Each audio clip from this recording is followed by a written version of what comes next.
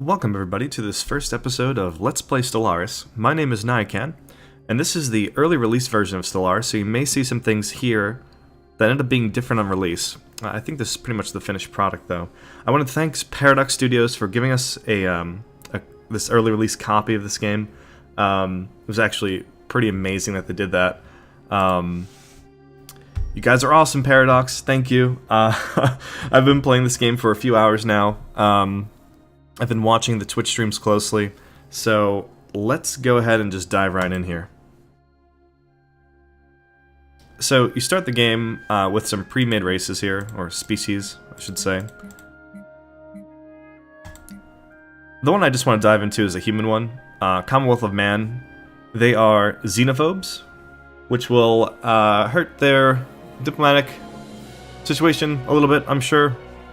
And they are fanatic militarists, which help with army damage, and also give them problems with alliances. So let's just dive in with them. In this game, you have a few types of faster than light travel. I'll just touch on it briefly here. The Commonwealth of Man starts with wormhole travel. You'll also see warp travel, and there it is, hyperspace travel. I think those are the three types. Yes, they are. So we're going to have wormhole travel, and what that means is we're going to be able to move pretty much instantly between warp points. And those are designated by wormhole stations that we'll build, or gates. Yeah, this is all. Oh, let's do Iron Man mode. Yeah, sure. Why not? I don't know if Iron Man mode does anything just yet.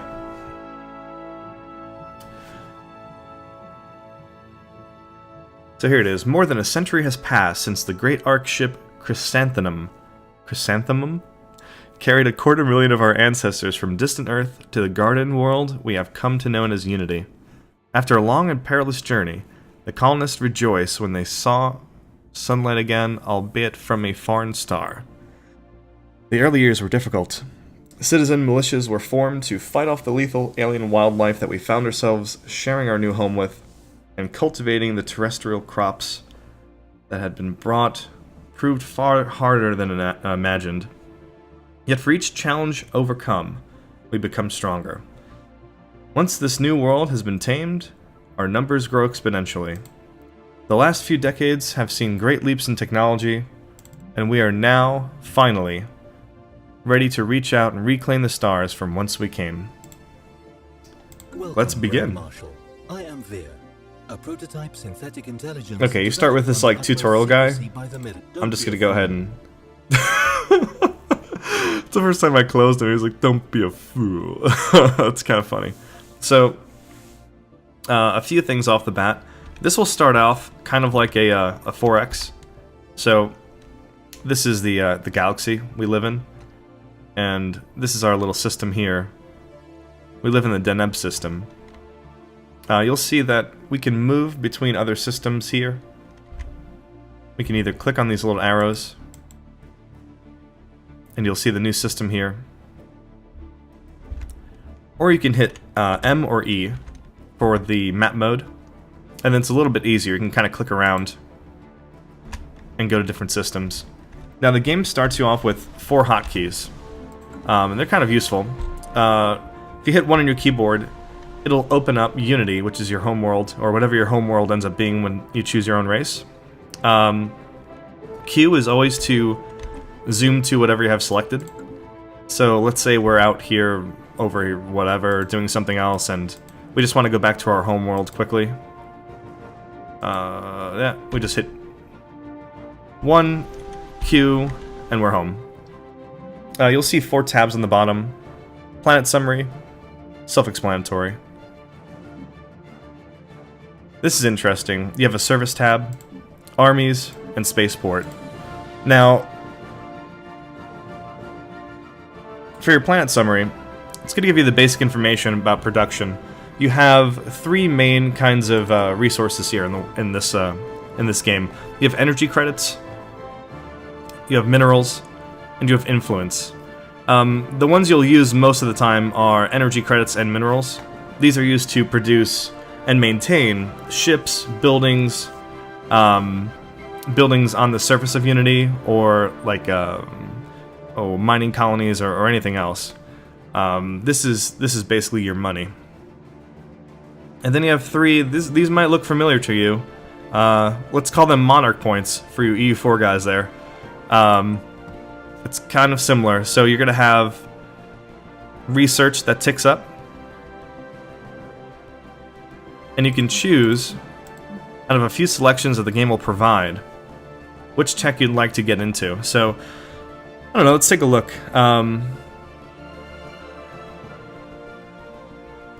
We could build a solar panel network if we get that. No, I kind of like global energy management. That's kind of cool. I like that power hub there. Oh, New Worlds Protocol is very important. It's a good early tech to get because you can build colony ships, and then you can colonize other planets. So let's start on that one. And I don't know. Let's go for nanocomposite armor. Now, for each set of research, you have a scientist assigned in the beginning of the game. You don't need to have a scientist assigned, but it's way slower if you don't. So just do it. Have a scientist assigned. Every character in this game, or officer, or whatever you want to call them, agent, will have traits that go up as they level up. And they level up by performing the functions that they should be doing in charge of whatever it is they're in charge of. So, admirals in charge of your fleets, when they fight battles, they'll get experience and they may level up. Scientists that are assigned to research will slowly gain experience as they research these techs, and they will level up eventually as well. So, we'll see that Erica Shoebottom here, the physics scientist, gains experience 15% faster. That's her trait. That's the trait she starts with. And the other 2 have the same thing, research speed bonus 10%. So these are pretty cool. This is randomized in the beginning of the game. You don't start with the same advisors, let's call them, or with the same. You don't start always in the same way. I have noticed though, the few times that I opened and closed the game and jumped into this, I started in the same system as the Commonwealth of Man. So it may be that you have a set starting point. I've always started in Deneb. So that's kind of interesting.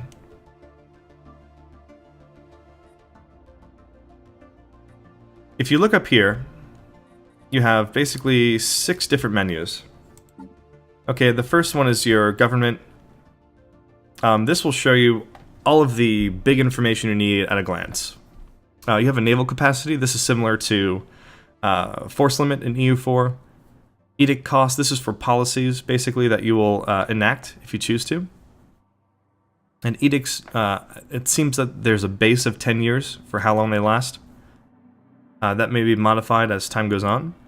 And because we are a military dictatorship, our ruler rules until death, and then there will be an election.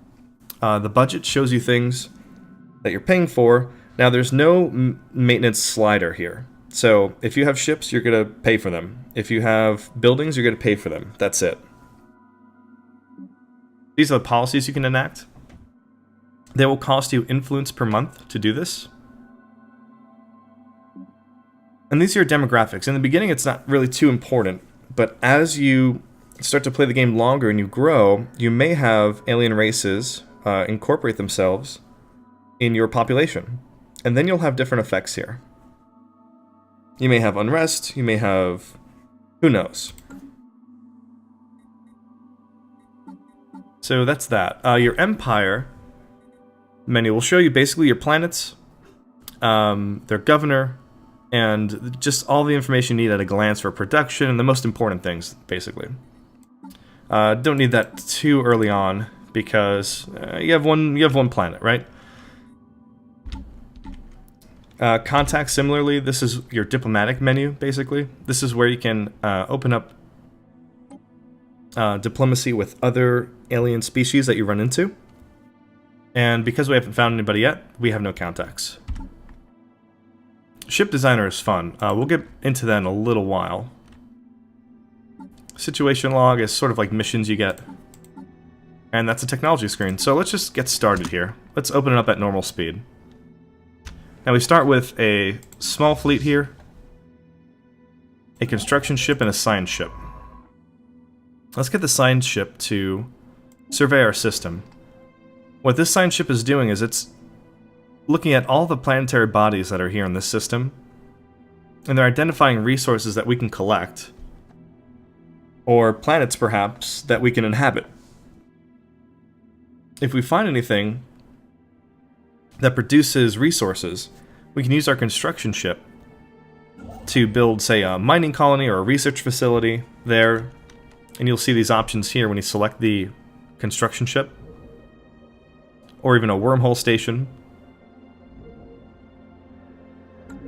Sometimes you'll find another alien species, but they are not yet in space. Their technology level is primitive relative to ours, so we can even construct an observation post there, and you'll get science bonuses from that.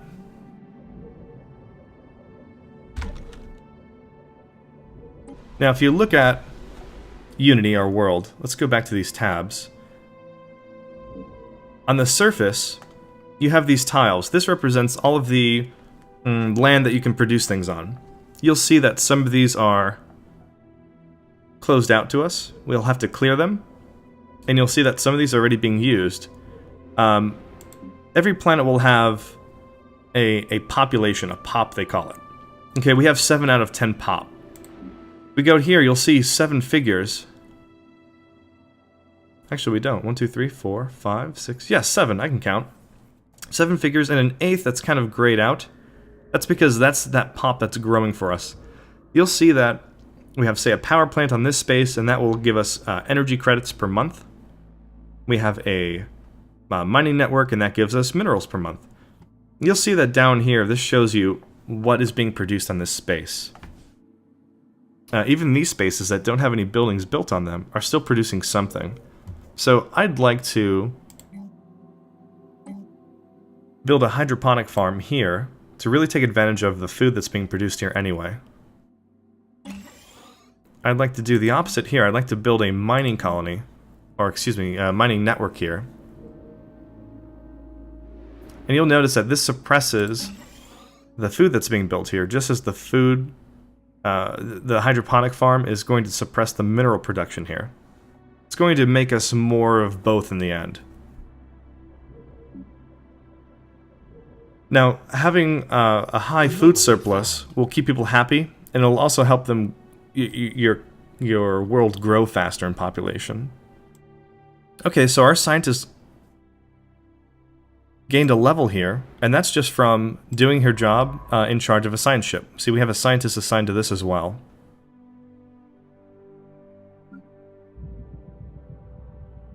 Comet sighted. A fierce plume of flame sears the heavens of Unity as a comet skirts the upper stratosphere.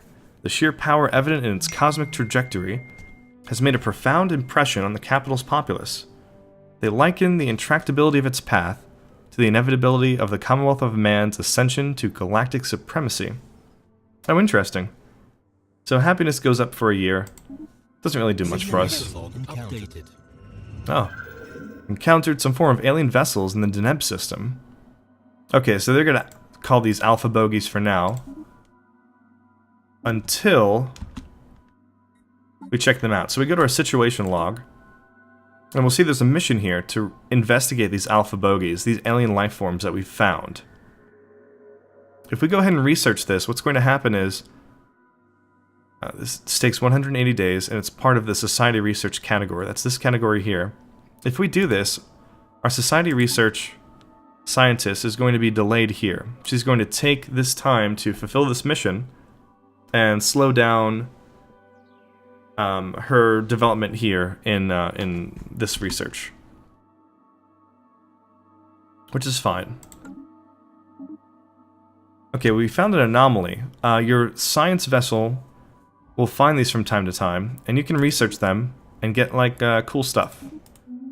There's sometimes a chance for failure. Often there's a chance for failure, actually. but this is something like low level, so we won't really run into any trouble there. Sometimes you can lose your scientist, you can lose the ship, you can lose both. You can have really catastrophic things happen if you fail, and fail badly.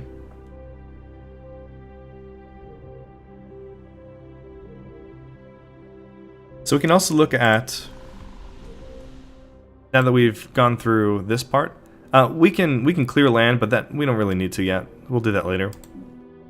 We can look at armies. This has to do with when you actually are attacking planets and trying to invade.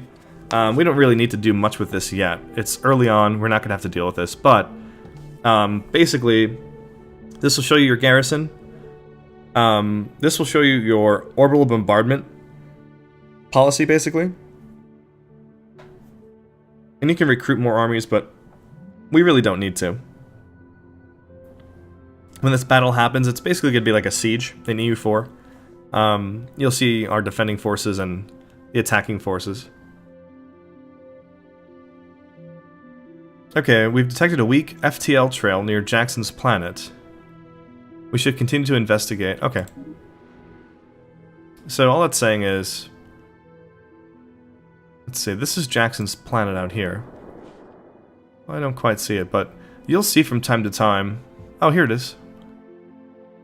That's an FTL trail. That shows that there was a ship here at some point in the past that either warped out or went through a wormhole or whatever, did a faster-than-light movement out of this sector. Project complete. That just shows up in the beginning, I think, to introduce you to that concept. It's a way of gauging how many ships are moving in and out of a place. So we found a life form out here, too.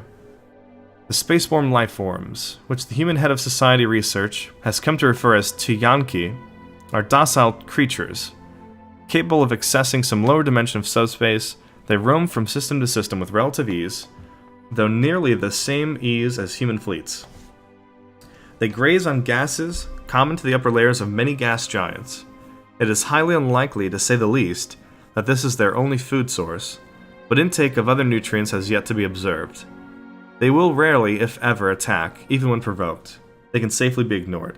So, these alpha bogies, we checked them out, and we just saw that they're this roaming kind of creature that really is docile, they're peaceful, we don't have to worry about them. These are sort of like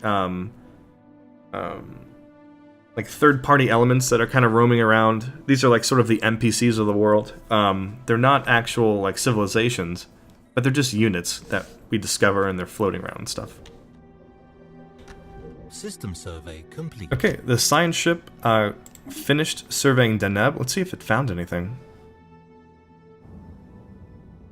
I don't see much of anything here. Huh. It found nothing else out here. That's strange. Okay, I guess it's just randomized. However, if we do look at Olympus, which is like the main planetary body our planet kind of orbits around, I guess we're a moon, aren't we?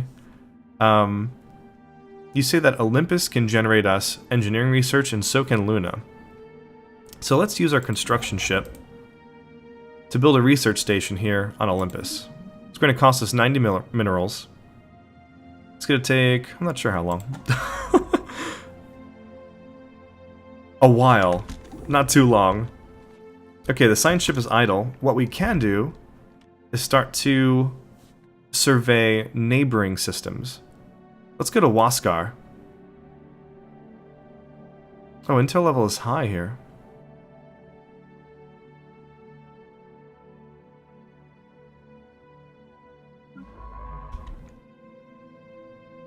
Huh, interesting. Okay, let's survey it. Let's see if there's anything useful out there. And then the next one we'll hit is Roganoin.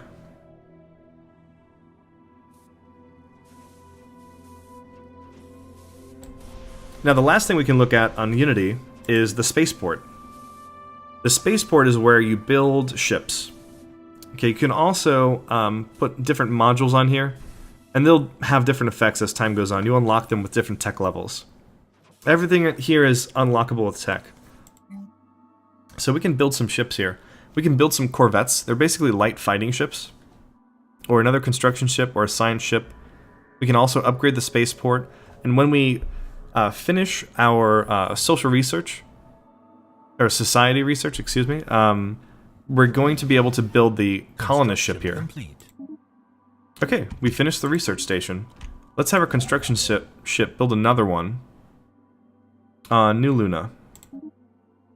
Now, right now, we're breaking even with energy credits. We're going to have to go to Unity and see if there's a way that we can make more.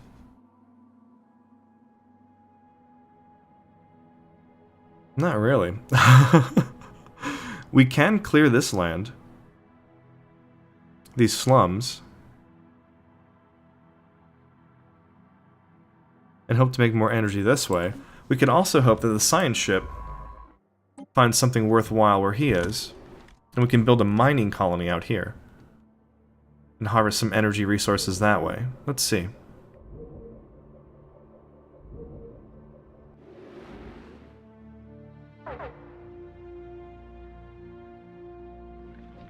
Yeah, there we go.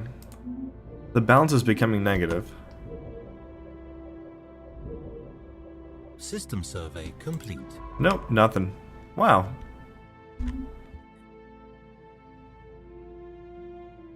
Let's survey that system. I suppose in the meantime we should clear this land right here. May need it.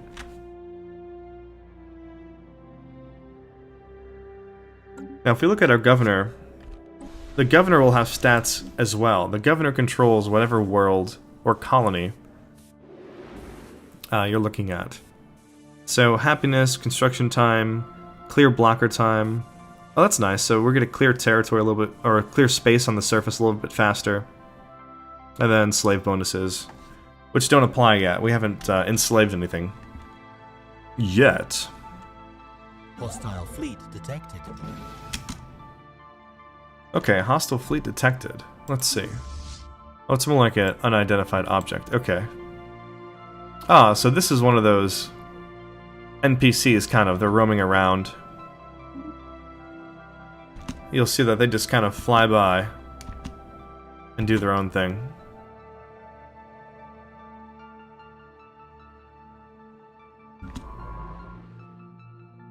Let's see what might get found out here. It's really interesting that nothing got found out in Deneb. Just nothing. You'll see resources kind of like hover around, like over here, to show you if something can be produced there. Usually there's more that gets found here.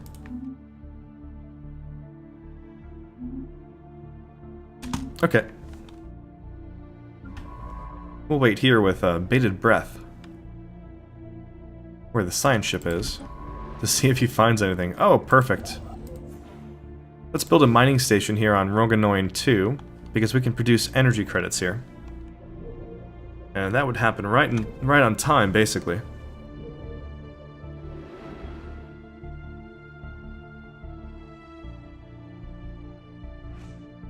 Okay, our science vessel is going to survey the rest of the system. You can have a science vessel survey one body specifically, or an entire system, and then it'll just automate which ones it chooses.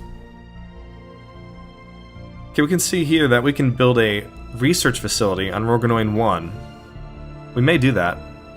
Research is nice.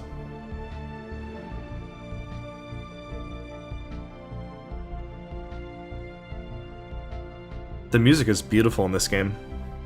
Absolutely beautiful.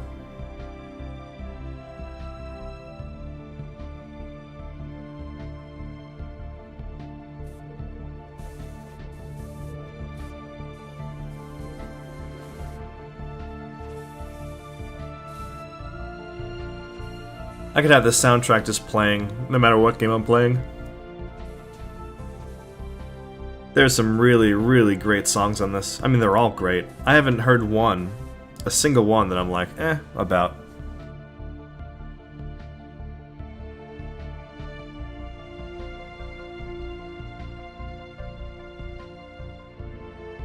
Construction ship is working, the science ship is working.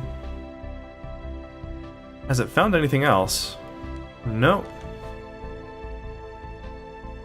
Ah, so Nazu, the scientist in charge of our science ship, actually gets a survey speed bonus. That's cool. That's pretty cool. Ah, Roganoin 4 can also produce energy. So we're gonna go ahead and build a mining station here as well. And I might get some of the terminology wrong in this game. I'm going to call something a mining colony, or a mining thing. I'm learning this game right along with you guys, basically. So you're probably watching this before you've gotten the game, if you're watching this when it first comes out, or you're watching this because you've gotten the game and you want to introduce yourself to some of the concepts. So I'm kind of learning this right alongside you, so I might make some small mistakes. Just bear with me. I've got the fundamental concepts down. I just might get the terms wrong. All right, so the science ship is ready for another mission. Looks like Hoof over here is almost in our territory, and our territory is shown by this red ring. We can only construct things in our territory. Oh, if I zoom out far enough, get our little flag thing right there. Get our little logo. Let's go ahead and survey Hoof. Junost is also pretty close. And then Gorm is probably a distant third.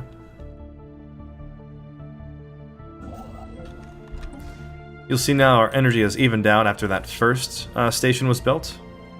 And now when the second station is built, we'll have a profit. We've cleared this. I don't know if we need that yet. I can move this guy here. And when it gets close, when this pop gets close to being produced, I'll go ahead and start the building of another power plant.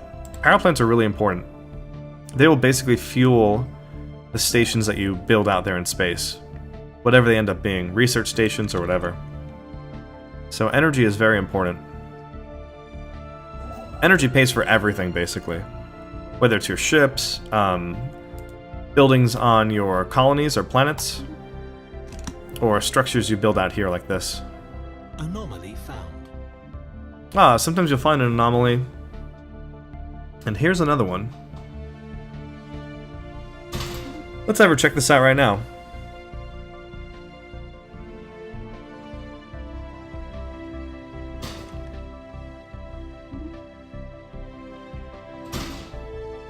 You'll get little pop-ups here to remind you of things or to alert you to things.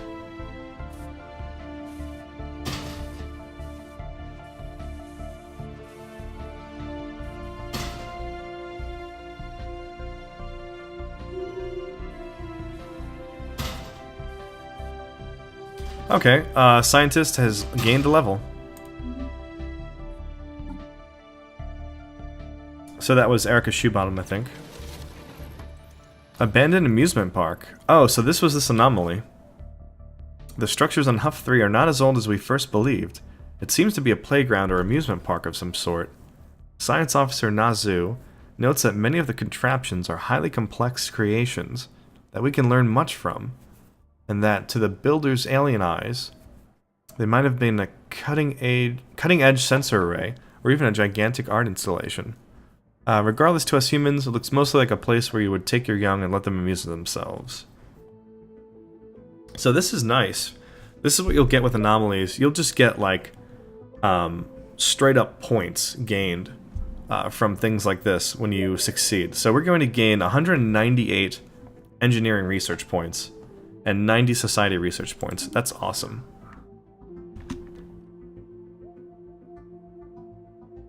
I'm interested to see if these points carry over. I just noticed that this was a month away from being done anyway. I don't know if that carried over, so maybe in the future it pays to switch what you're researching, because you'll retain your progress through in individual texts that you research. So if you get an event like that and it seems like you're maxed out on points, maybe you just change text real quick.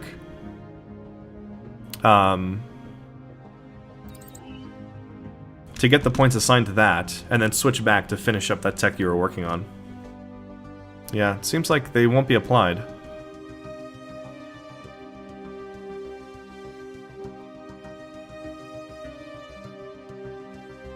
Oh no, okay, there is stored research, I see.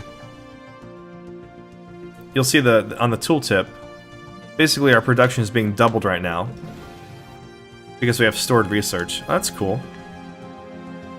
Is there a way to see how much I have stored? I don't know if there is yet. But that's cool.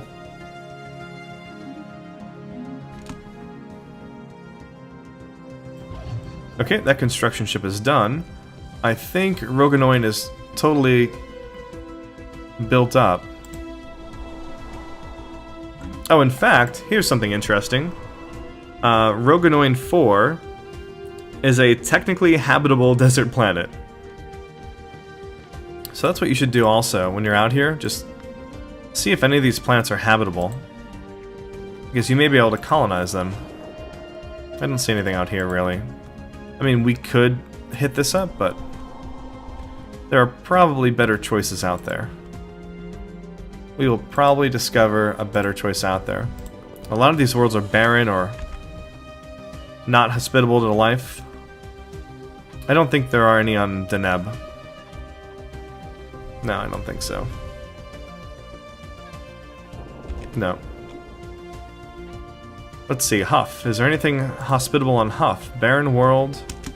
Oh, I guess we'll let the science ship tell us. But it looks like no. When you see things like barren world or, you know, molten world, not very hospitable. Not very hospitable.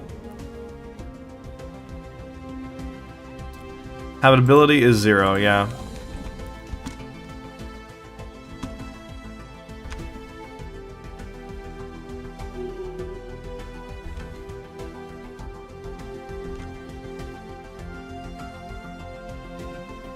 Okay, it looks like there's not much else to build out here. Ooh, we can build some things here. I think we're just outside of our territory here, though. Let me see. Yeah, this planet is not within our borders. So, we can send the construction ship here and just enter orbit. So that way, when it does become part of our borders, we can just start construction right there. Okay, we finished researching a tech here. So now we can build power hubs.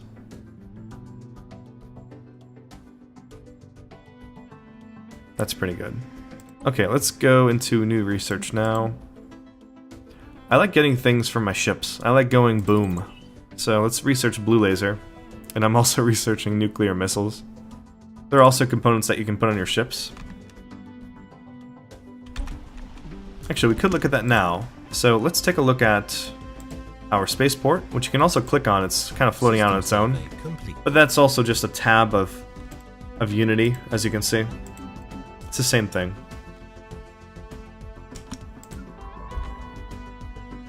Hold on.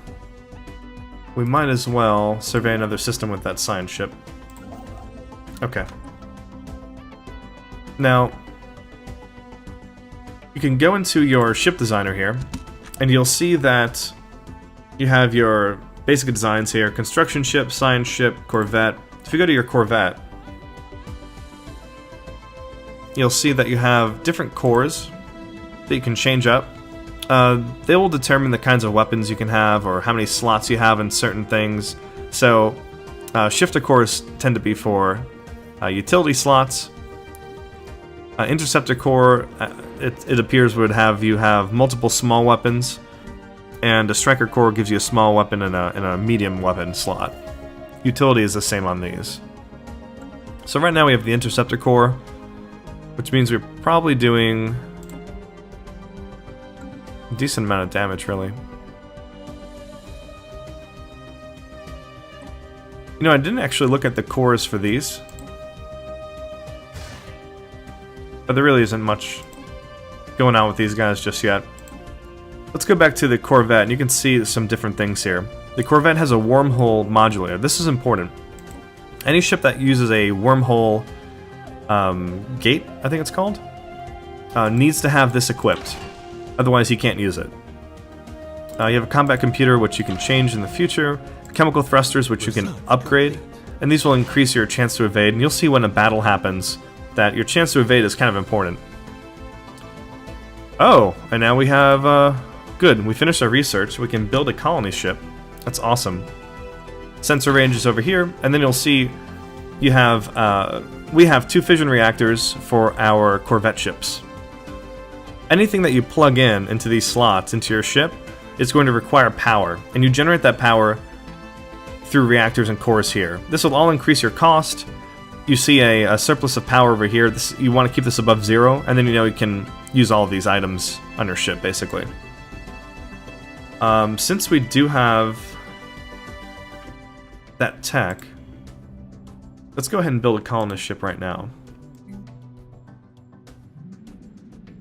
Oh, no, we have to save up some more for it. Let's do that then. Let's save up some more. We also have some research to continue.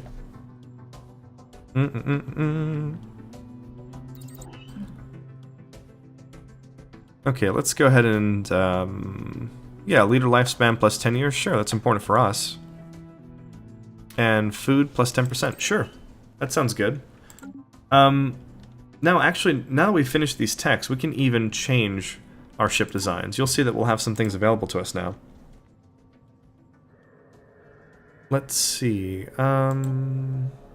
Yeah, we have nuclear missiles. These are a little bit more powerful, I'd imagine, than the lasers, and they are. So if we were to equip these, let's do something like that. I think that the lasers are better at... yeah, here we go. 50% armor penetration. So it's useful to have one small red laser set up, but the nuke's for damage. We could also change this to a striker core, and then we'd be looking at a little bit more damage if we put the nukes here, like a very small amount more damage, and then we can just keep the laser like that. We could do that as well. Let's do a striker core. Let's do that. I don't think we've upgraded anything else, or updated anything else here. Oh, we have. Okay, so we have a... Let's put our fission reactor here so we can afford this stuff. And then we can add nano-composite armor. And this just raises the armor of the ship. It's pretty good, I think I'd like that. Makes these ships more expensive, but you don't lose them as often. And I lost quite a few ships as I was playing this through my first couple of times, so I think that'll be useful. I'd like to try that out. Construction ship still has nothing to do. Leader gained a level. Cool. Well, my construction ship is just bored. Got nothing to do, man. That's funny. It's really funny. I'll have him enter orbit, because I hate seeing the red Z's there. Okay, science ship is still surveying out here. And now if we go to our force...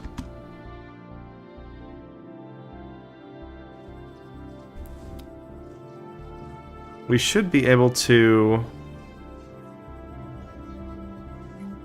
build a few more of these Oracle-class corvettes. Oh, I'm sorry. I forgot to save that ship design. I have to save it. So we're going to override our old design for the corvettes. And now what we'll find is we can upgrade our ship, our fleet, to have all that armor and all that good stuff there. So we're going to do that with our current ships, and we're going to build a couple more if we can. No, you know what? I'm going to hold off from building, because I'd like to be able to afford that colony ship. It won't be much, but we can colonize that small desert planet out here.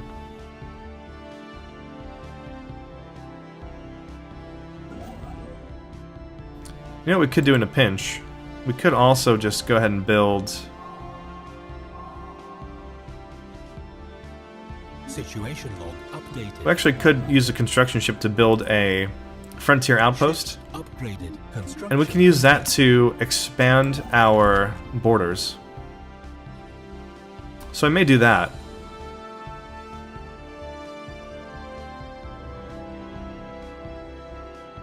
Yeah, we might do that. Maybe I go out... Oh, who knows? Is there something good out here?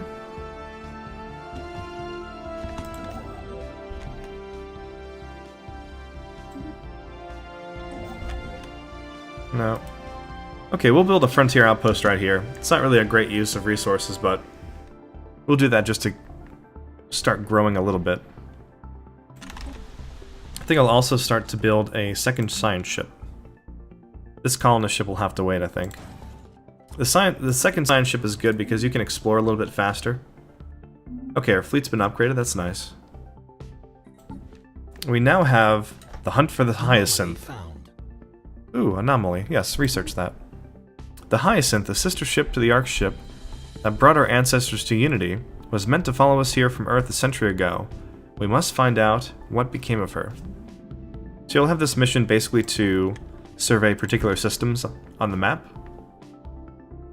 Construction complete.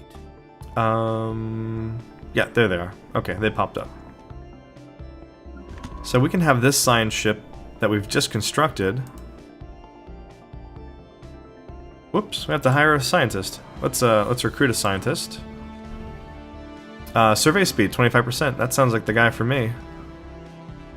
Kumbu Bang Boshe. Yes. I need you to survey this system, please. I'm moving out a little bit far because I'd like to see if there's anything hospitable out here. It'd be a nice place to put a colony. Because then you have a second red circle, right? And then your territory moves a little bit faster. Oh, a large mineral-rich asteroid collided with Jurnast 4 at some point during the previous 1,000 years in what must have been a major impact event. An abundance of minerals can now be found on the planet in the vicinity of the impact crater. Oh, great. Let's go to that. Oh, great.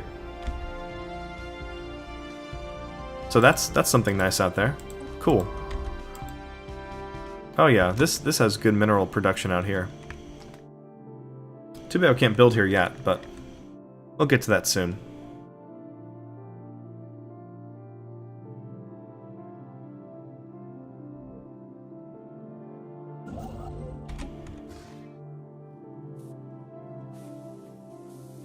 Construction ship is building an outpost out here. That's nice. Once he does that, we can build a mineral mining thing. What is it? Mining station, yes. Mining station right here. Make some more monies. Some mine monies. Okay, this guy's over here. We can go ahead and do something like this, actually. And I'm going to build a power plant. We can make more energy.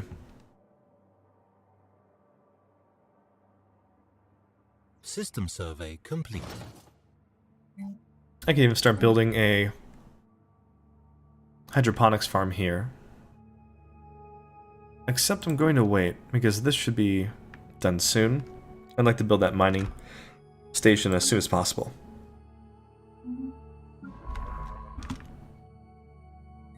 Okay, let's have this ship survey Dontor, so that we can complete that mission a little bit faster.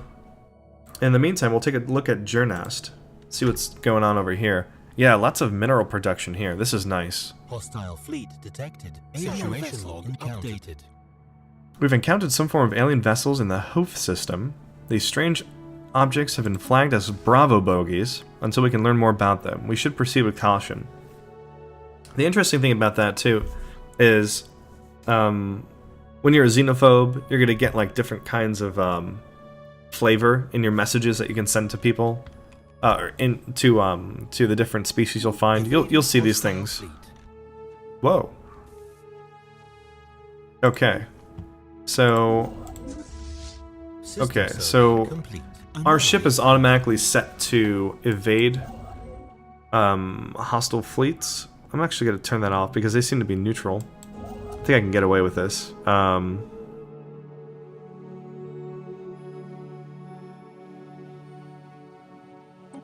You can change their fleet stance to passive. And then what that means is basically they'll do their own thing until they get attacked. Oh, good. Okay, so we found a place where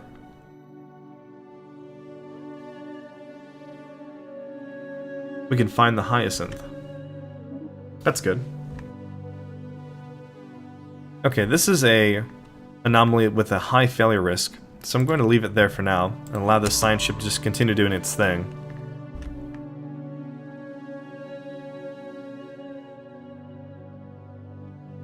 And it seems that that has been all the time for today. So I want to thank you all for watching. These episodes are going to come out daily. So I hope you enjoyed what will soon be a glorious campaign here, I'm sure. The Commonwealth of Man will reach out across the galaxy and do great things and blow people up. So, as always, thanks for watching, and I'll see you next time.